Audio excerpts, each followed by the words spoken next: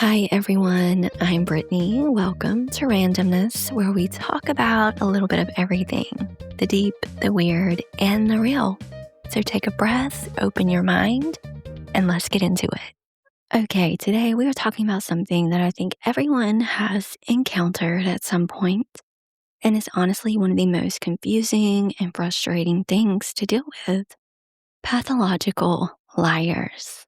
And I'm not talking about someone who told a white lie to get out of plans or exaggerated a story to make it more interesting. I am talking about people who lie constantly, compulsively, usually about things that don't even matter.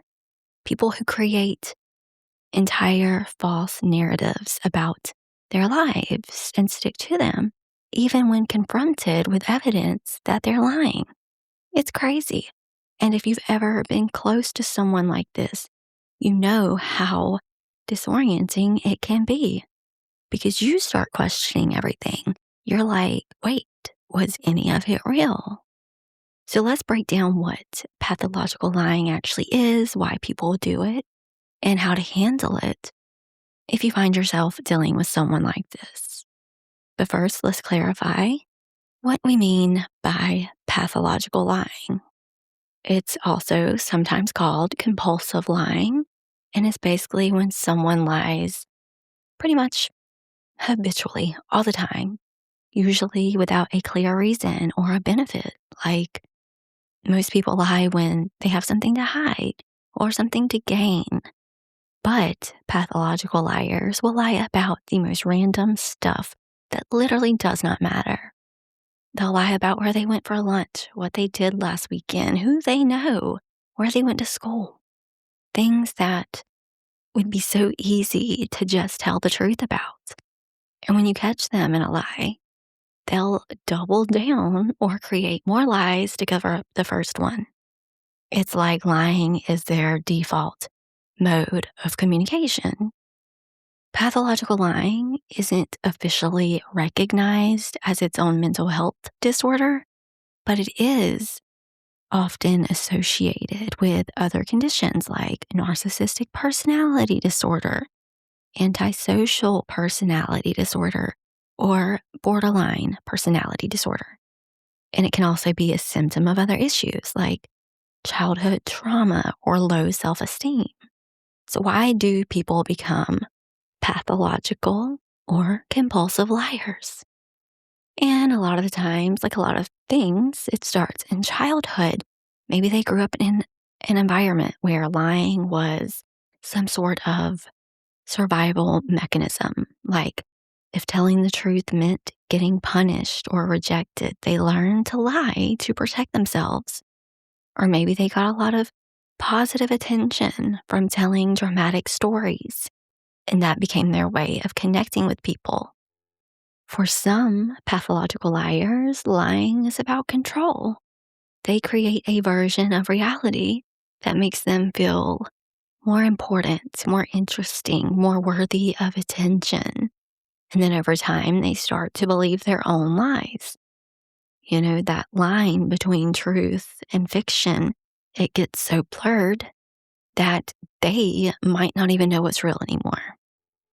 And they are so good at lying. They are very convincing. They tell their lies with such confidence and detail. And they might even pass a lie detector test because they've convinced themselves that what they are saying is true. Okay. Anyway, let's talk about the different types of pathological liars because not all compulsive liars operate the same way. So there's the exaggerator. This is the person who who takes a real story and blows it completely out of proportion. Like they did something mildly interesting, and by the time they're done telling it, they sound like a superhero. The core of the story might be true, but everything around it is so inflated that it's basically fiction. Then there is the fabricator. This is someone who makes things up entirely from scratch. Whole experiences, whole relationships, whole accomplishments that never happened. And they'll tell these stories with so much detail and conviction that you have no reason not to believe them. There's also the denial liar. This is the person who will look you dead in the eyes and deny something, even when you have receipts, when you have concrete proof. You could have screenshots, witnesses, and they'll still say it never happened. And somehow they say it with such confidence that you start questioning your own memory. And then there's probably the most frustrating one, the victim liar. This is someone who constantly lies to position themselves as the victim in every situation. They manipulate the narrative so that they are always the one who was wronged, always the one who suffered, always the one everyone should feel sorry for. And they're really good at making other people look like the villain. Recognizing which type you're dealing with can help you understand their patterns and protect yourself a little better. Now, how do you spot a pathological liar? Well, here are some signs. Their stories don't add up. Like they'll tell you one version of something and then later tell you a completely different version and act like the first conversation never happened. They lie about things that do not matter. They exaggerate constantly.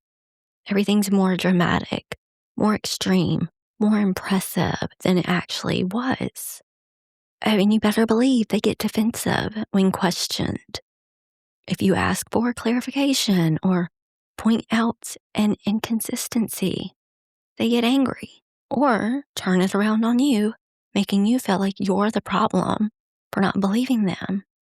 They have a history of burning bridges because eventually people catch on and distance themselves. And here's a big one, guys. Your gut tells you something's off. You can't quite put your finger on it, but you have this nagging feeling that they're not being honest with you. Trust that feeling.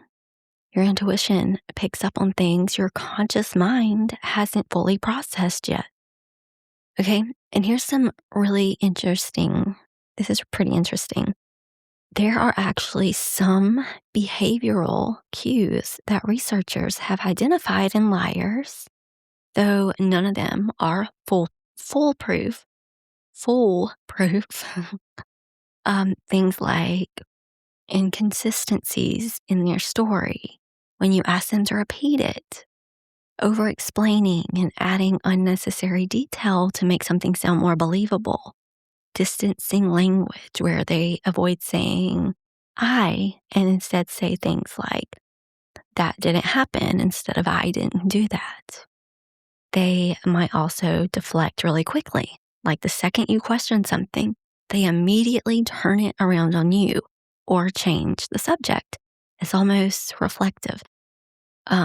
And that deflection is actually a really telling sign because an honest person's first instinct is usually to clarify, not to attack. Can't talk tonight, right? But now let's talk about something that doesn't get discussed enough, and that's the emotional toll of being close to a pathological liar.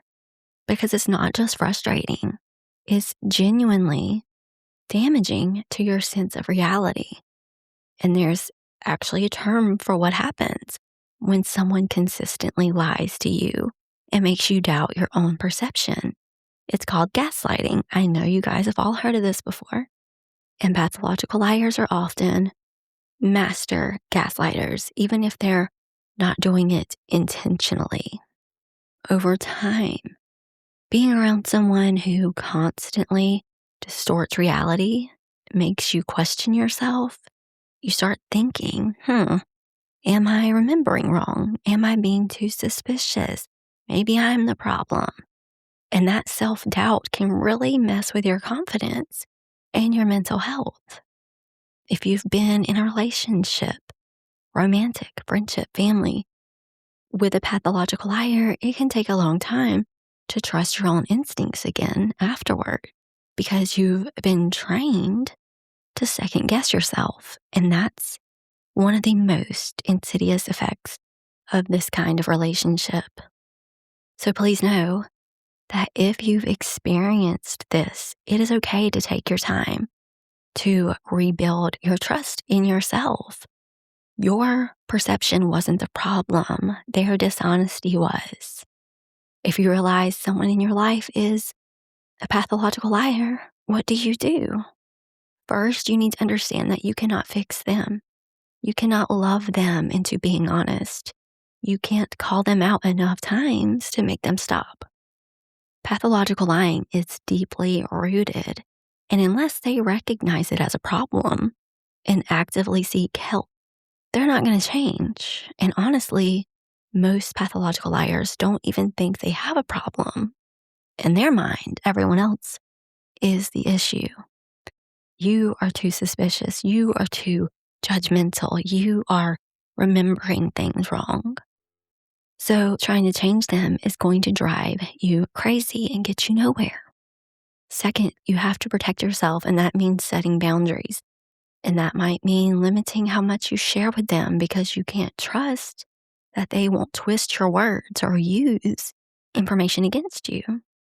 It might mean not relying on them for anything important because you can't trust that they will follow through. And in some cases, it might mean ending that relationship completely because being in a relationship with a pathological liar, whether it's romantic or friendship or whatever, it's exhausting. You're constantly questioning what's real, constantly fact-checking, constantly walking on eggshells. That's not sustainable and it's not fair to you. Third, stop trying to prove they are lying. I know it's so tempting. You want to catch them. You want to show them evidence to make them admit it, but guess what? They won't. They'll just create more lies to cover the first ones, and you'll end up feeling like you're going insane. So instead of trying to prove anything, just trust what you know. You do not need them to admit it for it to be true. Now, I think it's important to talk about the difference between someone who lies occasionally and someone who is a pathological liar, because we all lie sometimes. We tell white lies to spare someone's feelings. We exaggerate stories to make them funnier. We might lie to avoid conflict or protect our privacy. That is normal human behavior. But pathological lying or compulsive lying is different. It's constant. It's unnecessary, and it causes real harm to relationships. And the person doing it either can't stop or doesn't see why they should. I also want to touch on something a little more uncomfortable, and that's the question of whether pathological liars can actually change. And the honest answer is rarely, and only if they genuinely want to. Therapy can help, specifically cognitive behavioral therapy, which works on identifying and changing thought patterns. But the person has to be willing to admit they have a problem first. And as we talked about, most pathological liars don't see themselves as the problem. So if you're holding out hope that someone in your life is going to have a breakthrough and suddenly become honest, I'm not saying it's impossible, but I am saying don't put your life on hold waiting for that to happen. Protect yourself in the meantime. And maybe if you're worried that you might be a pathological liar, ask yourself, do I lie even when the truth would be easier? Do I lie about things that don't matter? Do people in my life frequently tell me they do not trust me? Have I lost relationships because of lying? If you answered yes to those questions, it might be worth exploring that with a therapist, because it usually comes from something deeper, like shame, trauma, insecurity. And addressing those root causes can help you break the pattern. But if you are dealing with a pathological liar in your life, I want you to know that it is okay to walk away. It's okay to say, I can't do this anymore. You're not obligated to stay in a relationship where you're constantly being lied to, no matter who that person is. And it's okay to grieve that relationship because you're grieving the version of them you thought they were. You're grieving the trust that's been broken. You're grieving the reality you thought you were living in. That's a real loss, and it's okay to feel sad and angry and confused about it.